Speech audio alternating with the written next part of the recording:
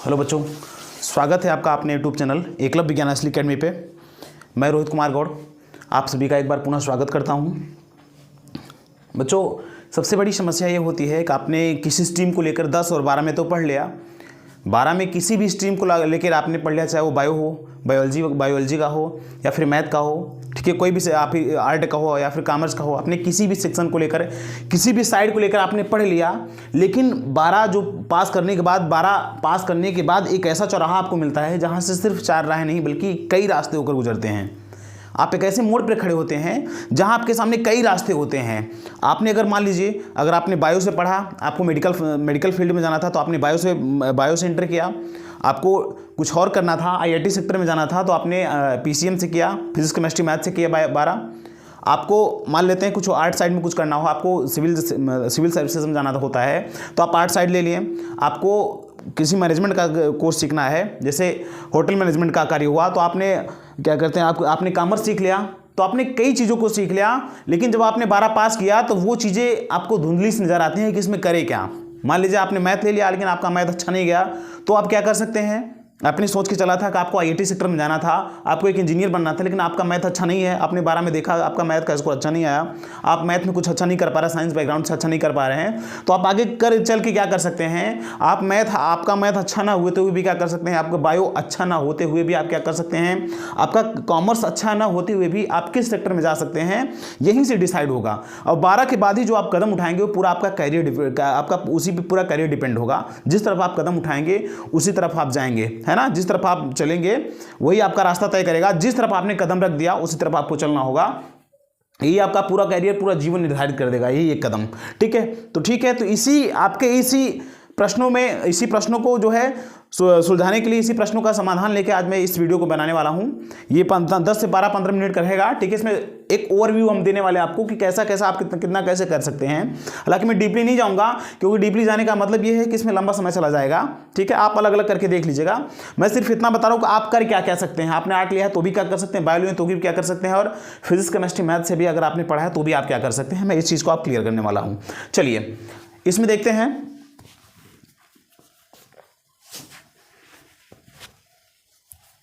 देखिए पहला आपका है, देखिए जैसे आप 12th क्वालिफाई करते हैं, 12th पास करते हैं, तो आपके सामने जैसे आपने हो सकता है आपने मैथ लिया हो, ठीक है, हो सकता है आपने बायो लिया हो क्योंकि आपकी इच्छा है, आपको डॉक्टर बनना है। ठीक है, बायो। देखिए जैसे आपने मैथ लिया है, फिर आपको कुछ इंजीनियरिंग लाइन में कुछ करना है, तो आपको पहले एक रास्ता नजर आता है जेईई का। एक जेईई का एग्जाम होता है जिसका फुल फॉर्म है ज्वाइंट एंट्रेंस एग्जामिनेशन। ठीक है, इसमें 2 लेवल का होता है, एक मेंस का होता है और एक एडवांस का होता है। मेंस करने के बाद ही आपको एडवांस देना होता है। एक्चुअली इसका फंक्शंस क्या है, आपका इसकी योग्यता क्या है, आपको 12th पास होना चाहिए। इसकी पहली जो रिक्वायरमेंट से पहली है कि आपको 12th पास होना चाहिए। इसका दूसरा रिक्वायरमेंट्स है कि इसमें कुछ परसेंटेज लिया जाता है। आप देखेंगे तो चेंज होता रहता है, कभी 75, जैसे जनरल का लिया जाता है वो 75%, और वो जो अन्य लोगों का लिया जाता है वो 65% रहता है। लेकिन हर वक्त चेंज करता रहता है, पहले और कुछ था, 55 था, 45 था, इसका रेशियो हर वक्त बदलता रहता है। इसको आप देख लेंगे, जैसे जैसे नए समय में मतलब जो नया फंडा अपनाया जाता है इसमें, आप उसको देख लेंगे। और जब जेईई मेंस आप लोग क्लियर कर लेते हैं, जेईई मेंस के बाद अगर मतलब एनआईटी लेवल के आपको विद्यालय मिल जाते हैं, लेकिन अगर आप और आगे बढ़ना चाहते हैं तो एडवांस अच्छी जो कॉलेजेस होती हैं, आईआईटी लेवल की जो अच्छी कॉलेजेस होती हैं उसमें आपको एडवांस देना पड़ता है। एडवांस देने के लिए जेईई मेंस में लगभग 15 लाख बच्चों को निकाला जाता है, 15 लाख बच्चों को निकाला जाता है, और इन्हीं 15 लाख बच्चों को एडवांस में दिलवाया जाता है। तो एडवांस अगर क्वालिफाई होता है तो अच्छे कैटेगरी के जो विद्यालय होते हैं, आईआईटी संबंधित जो विद्यालय होते हैं, ठीक है, कॉलेजेस जो होते हैं, उनमें उनको दाखिला दिलवाया जाता है। तो ये जेईई का रहा। ठीक है, दूसरा है, अगर आप मैथ नहीं, अगर आपने बायो लिया है तो बायो से आप नीट का पेपर देख सकते हैं। नीट में भी आपको एक यूजी लेवल का होता है, एक पीजी लेवल का होता है। ठीक है, यूजी लेवल का मतलब आपको जैसे एमबीबीएस हो गया, बीडीएस हो गया, ये आपका यूजी लेवल का है। और पीजी लेवल का मतलब जैसे आपका एमएस हो गया, एमडी हो गया। ठीक है, ये आपका पीजी लेवल का है। मतलब जैसे यूजी लेवल का मतलब ये है कि यदि आप जैसे आप 12th क्वालिफाई करेंगे तो 12th क्वालिफाई करने के बाद आपको यूजी लेवल का वाला देना पड़ेगा एंट्रेंस एग्जाम। यूजी लेवल इसमें होता क्या है, जैसे इसमें आप देखेंगे इसमें जो आपका जो सब्जेक्ट मांगा जाता है, फिजिक्स होता है, केमिस्ट्री होता है, मैथ होता है, 3 होता है। और इसमें क्या होता है, नीट वाले में क्या होता है, आपका फिजिक्स होता है, केमिस्ट्री होता है, बायोलॉजी में 2 होते हैं। पहला आपका होता है बॉटनी, एक होता है आपका जूलॉजी। ये 4 सेक्टर्स होते हैं। सबसे लगभग 45 प्रश्न पूछे जाते हैं, आप देख लेंगे उसको, ठीक है।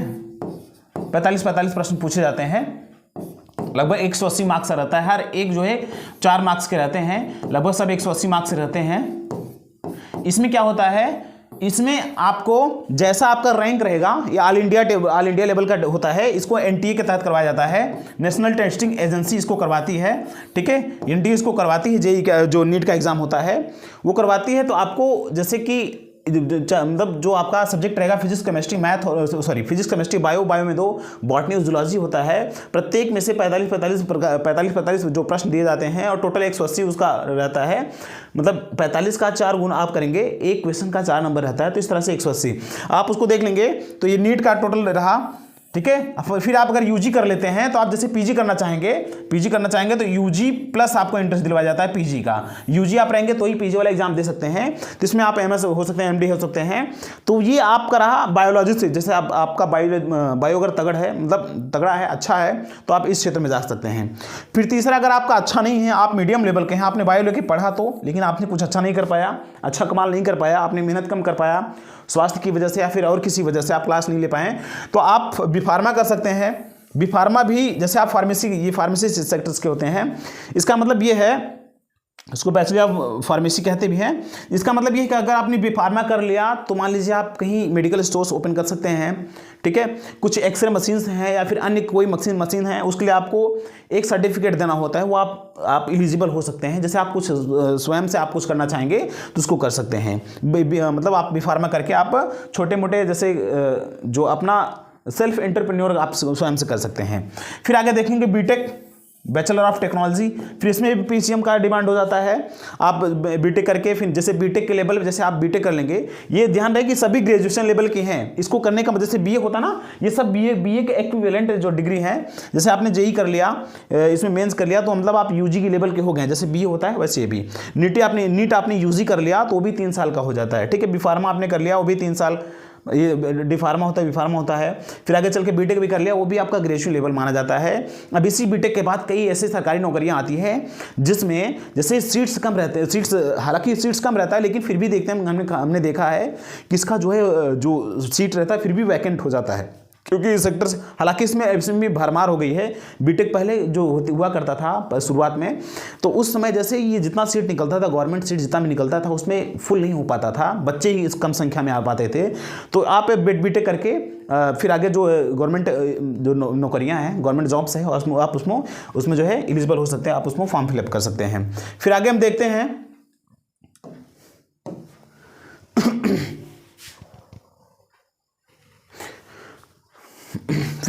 हैं कि आपका, फिर मान लो आपका सपना कुछ और है। मान लीजिए आपका पीसीएम कमज़ोर रहा, आपका बायो कमज़ोर रहा, फिर आप कुछ और करना चाहते हैं। अगर मान लीजिए आपने वो भी लिया है, मान लीजिए आपने फिजिक्स भी लिया है, मान लो आपने पीसीएम लिया है या पीसीबी आपने लिया है, ठीक है।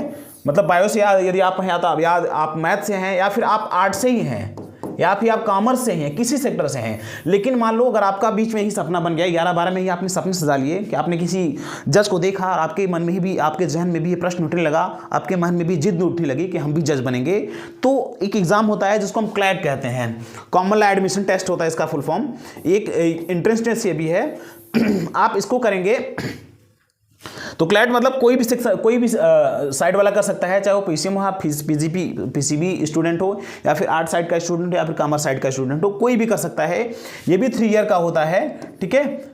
इसको करने के बाद जैसे ये भी यूजी लेवल का आपको मिल जाएगा एक सर्टिफिकेट, ठीक है। यूजी लेवल का ये भी डिग्री होता है। आप इसको करने के बाद आप जैसे इसमें एलएलबी करवाया जाता है, एलएलबी करने के बाद आप जो है क्या क्या कर सकते हैं वो आपको मैंने दिखाया गया है। आप एक लायर बन सकते हैं। लायर का मतलब फर्म, जो कंपनी संबंधी जो वकालत होता है, कंपनियां जो आप अडॉप्ट आपको करेंगी, आप इसमें जैसे क्लैट में कई सेक्शंस होते हैं। आप फर्म से भी, फर्म लॉ में भी आप विशेषज्ञता हासिल कर सकते हैं। जैसे कंपनियों के विवाद होते हैं तो कंपनियों के विवाद की तरफ से आप लड़ने जाएंगे मुकदमा को। आप जो प्राइवेट प्रैक्टिसेस होते हैं उसमें भी कर सकते हैं।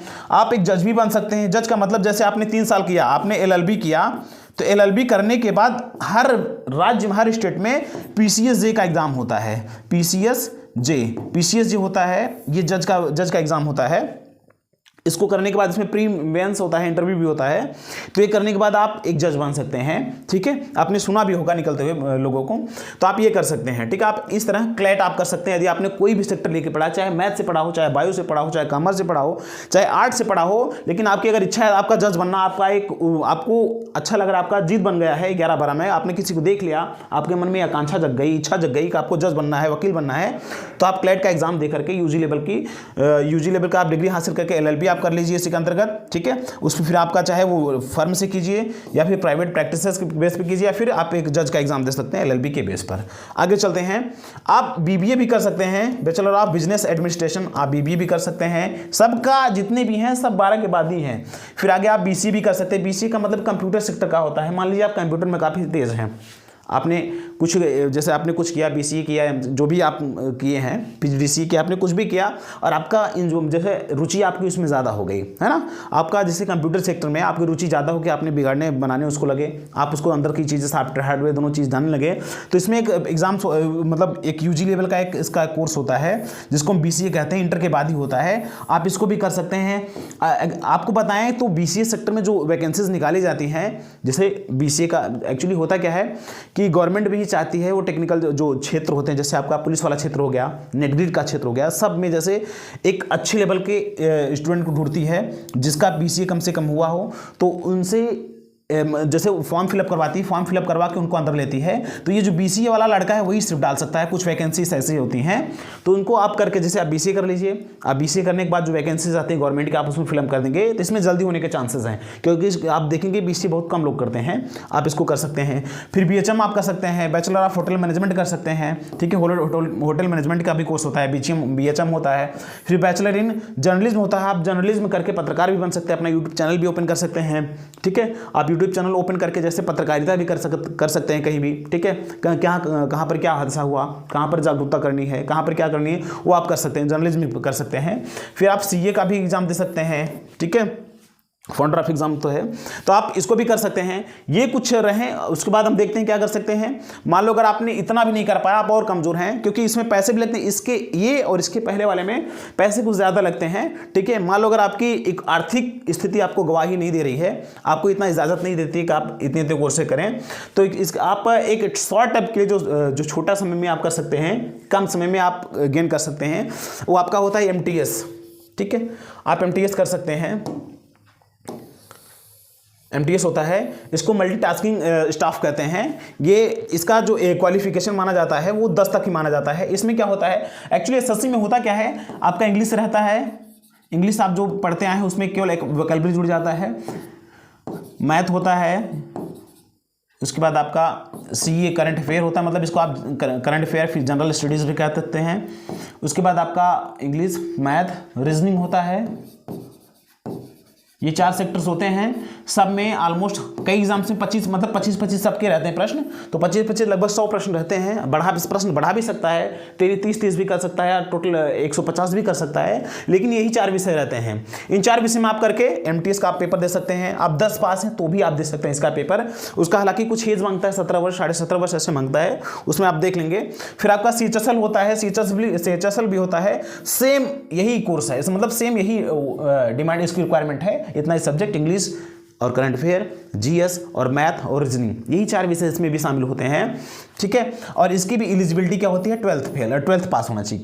केवल आप 12 पास हो तो आप इस फॉर्म को फिलअप कर सकते हैं। फिर अगला है GD का। ठीक है, जनरल ड्यूटी, इसमें भी कुछ पोस्ट्स आते हैं, वो भी 10th पास मांगता है। यही सब विषय रहते हैं उसमें भी।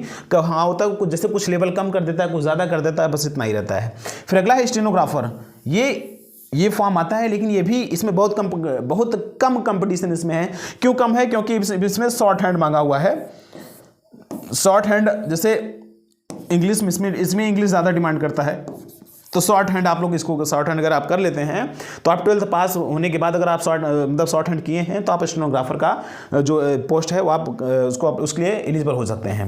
अगला है, इसके बाद आप लोग मतलब दिल्ली पुलिस आता है, दिल्ली पुलिस कांस्टेबल का आता है, दिल्ली पुलिस का आता है, उसको भी आप फिलअप कर सकते हैं, उसमें भी 12th पास मांगा है, तो आप ये सब फिलअप कर सकते हैं इन सबको। और इन सब में आपको सिर्फ तैयारी करनी है, वो तैयारी आपके ऊपर डिपेंड है कि आप कितना कम समय कर सकते हैं, आप स्वयं से कर सकते हैं या फिर किसी कोचिंग संस्थान का मदद ले सकते हैं, ठीक है, ऑनलाइन यूट्यूब के माध्यम से पढ़ सकते हैं, आप स्वयं बुक से स्टडी कर सकते हैं, वो आपके ऊपर डिपेंड पड़ता है। आपको किसी कोचिंग या फिर किसी विद्यालय में, किसी कॉलेजेस में आपको एडमिशन इसमें नहीं लेना होता है, आप सीधा ये तो प्राइवेट जो कोचिंग्स हैं आप उसमें जैसे एडमिशन लेकर कुछ दिन मैथ अपना सुधार सकते हैं, इंग्लिश रीजनिंग सुधार सकते हैं, आप फिर स्वयं से स्टडी करके उसको सुधार सकते हैं, इसमें किसी में दाखिला लेने की जरूरत नहीं होती है ना। तो ये आपका 12 पास करने के बाद रहा।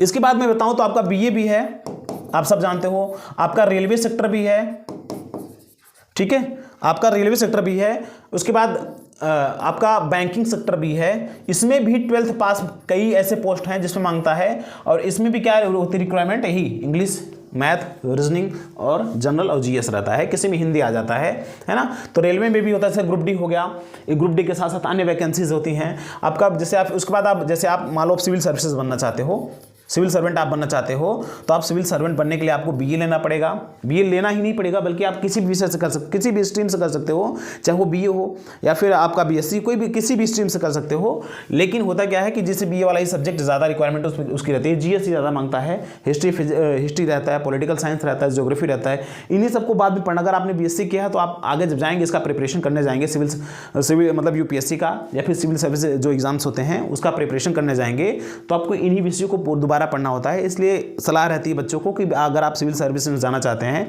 तो आप बीए ही पढ़िए, और बीए को बहुत घनघोर रूप में पढ़िए, 6 से 12 तक एनसीईआरटीज कंप्लीट कीजिए और आप बेसिक प्रिपेयर करके फिर आप उसमें घुस जाइए, है ना। तो इस तरह से आप 12th के बाद क्या कर सकते हैं, ये पूरा खाका एक बार मैंने आपको ओवरव्यू में दे दिया है। अगर आप और डीपली जाना चाहते हैं तो आप इस जो भी आज विषय में जाना चाहते हैं, आप क्लैट जाना चाहते हैं, मतलब नीट में जाना चाहते हैं, जेई में जाना चाहते हैं, जेई में आप जेई सेक्टर में आप अपना करियर ढूंढना चाहते हैं, तो आप उस विशेषज्ञ से आप पूछ सकते हैं, ठीक है। तो इतनी जो जानकारियाँ थी मैंने राह दिखाया, ठीक है। आप जो भी करना चाहें इसमें कर सकते हैं, आप अपने अपने रुचि के अनुसार चुनिएगा, ठीक है, किसी के दबाव में ना आकर आप स्वयं से आपकी रुचि जिसमें हो आप उसी सेक्टर को, उसी विभाग का आप चुनिए, उसी में आप मेहनत कीजिए, उसी में कैरियर बनाइए, ठीक है। लगे रहिए, धन्यवाद।